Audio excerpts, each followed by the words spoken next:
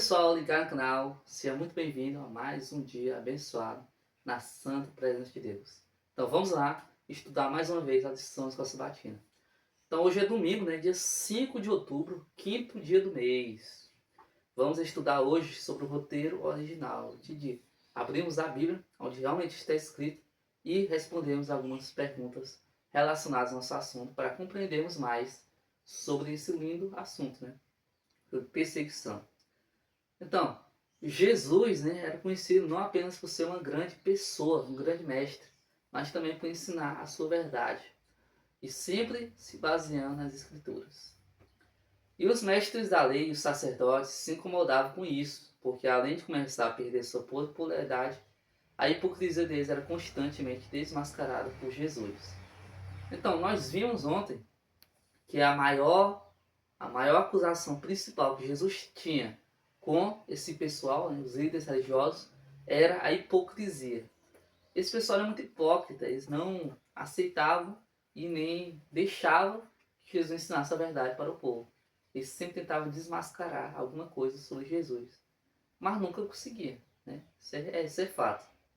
Porque Jesus sempre tinha resposta para tudo, e toda resposta era sábia. Se lembrarmos aí, qual o homem mais sábio que já teve aqui na Terra? Muitos falarão Salomão, porque realmente foi sábio, né? Mas na realidade, né, se for para pensar, Jesus foi ali muito mais sábio que Salomão, por causa de sua rigidez de resposta, sempre respondendo com sabedoria em todos os momentos. Nunca foi pego de surpresa, nunca. Então, o texto dessa semana, se você pegar sobre agora, você ganhar um presente misterioso. Sabe qual é o presente misterioso? É mensagem espiritual. Então já pegue sua Bíblia, abre em Marcos, capítulo 12. Está tudo em Marcos 12. Os versículos são os seguintes, versículos 13 a 17, que é o momento que Jesus está lá, né, e fala: dê a César o que é de César e dê a Deus o que é de Deus. E também Marcos 12, versículos 28 a 34, que é quando o mestre da lei vai perguntar qual é o maior mandamento, né, de um cristão. E também Marcos 12, versículos 38 a 40, que quando Jesus fala para o povo, né, cuidado com esse pessoal, né, que se vestem com roupas muito elegantes, no dia de sábado estão lá no maior altar, mas que outros dias estão no mundo, né? Ou seja, é igual o cristão de hoje, da adventista. Tá lá no sétimo dia, né, sábado, na igreja, todo bonitinho, mas no outro dia não são o que parece que são no dia de sábado. Era basicamente assim o que Jesus estava dizendo. Então, sabendo aonde está os versos, né, de hoje, no capítulo de Marcos, vamos lá responder as nossas perguntas no quadro de perguntas.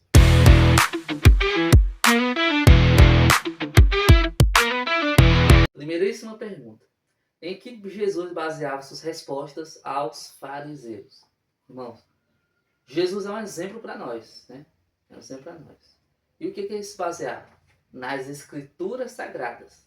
O que é a Escritura Sagrada? É a Palavra de Deus, é o livro do Senhor, é a nossa Bíblia. Jesus não tinha o Novo Testamento como nós temos hoje, mas já tinha o Velho Testamento em rolos, né? Em pergaminhos. E Jesus leu, e releu, e aprendeu muito. E aí ele sempre se baseava nas Escrituras Sagradas do Velho Testamento. Assim como nós devemos ser. Lermos e relermos muitas vezes para aprendermos cada verso, cada versículo, cada mensagem.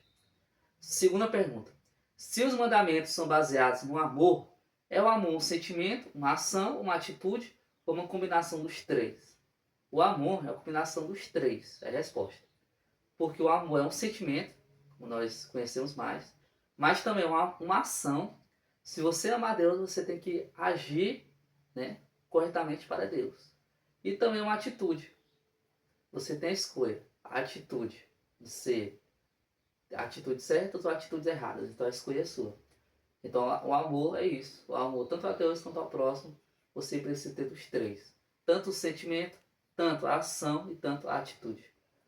Vamos lá para a nossa terceira pergunta: a quem Jesus estava mostrando amor quando falou sobre os mestres da lei?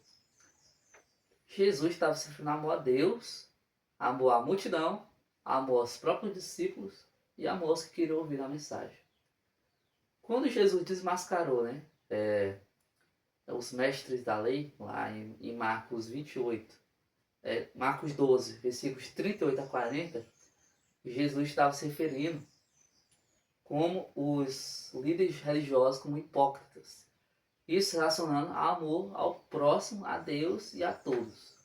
Porque se eles aprendessem que aquele pessoal era duas caras, ele estava ajudando a que eles saíssem daquele mundo que eles estavam ensinando para o mundo correto, que é para onde Jesus que é a chave, para o caminho de Deus que é correto, né? Para sair das tradições judaicas para a verdadeira religião cristã. Na nossa quarta pergunta. Obviamente, Jesus não acreditava que amenizar situações era sempre a melhor maneira de agir. Quando é apropriado dizer o que se pensa? Então, Jesus não acreditava, né, que as situações precisavam ser amenizadas, né? Sempre passivo, né? Não, né? É bem assim que funcionava. Mas Jesus falava também o que pensava muitas vezes, né? Tipo, o que vinha na mente, ele falava, né? O que é apropriado dizer o que se pensa. Aí vem a pergunta, né? Irmãos, uma coisa é falar que o coração está cheio, mas outra coisa é falar que o coração está cheio da verdade. Nós, cristãos, não devemos abrir nossa boca quando estamos com o coração pecador, né? Mas sim quando estamos com o coração ali inteiramente fiel com Deus. Cristão não pode aguentar calado. Cristão tem que falar a verdade. Não importa a situação ou o momento. Mas se você falar com a sua mente ali pecadora, você vai dar o quê? Um mau exemplo.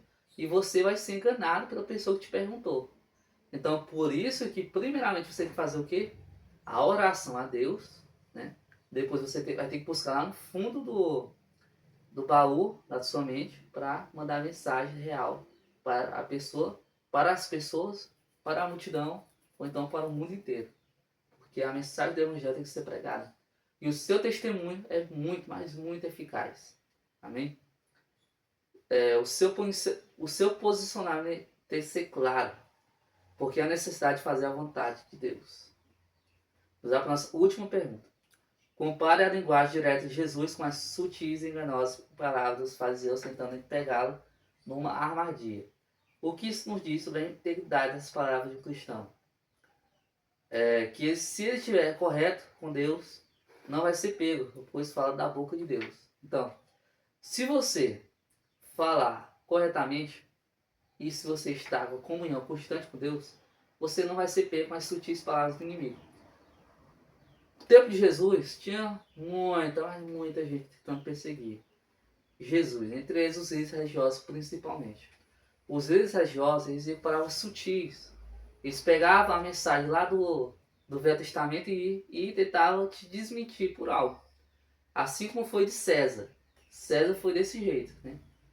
Se Jesus falava não pode dar a César o que é de César. Se falasse sim, também estava errado. Ou sim ou não, e aí o que Jesus ia falar? Então eles pegavam, eles sempre tinham um jeito de tentar enganar.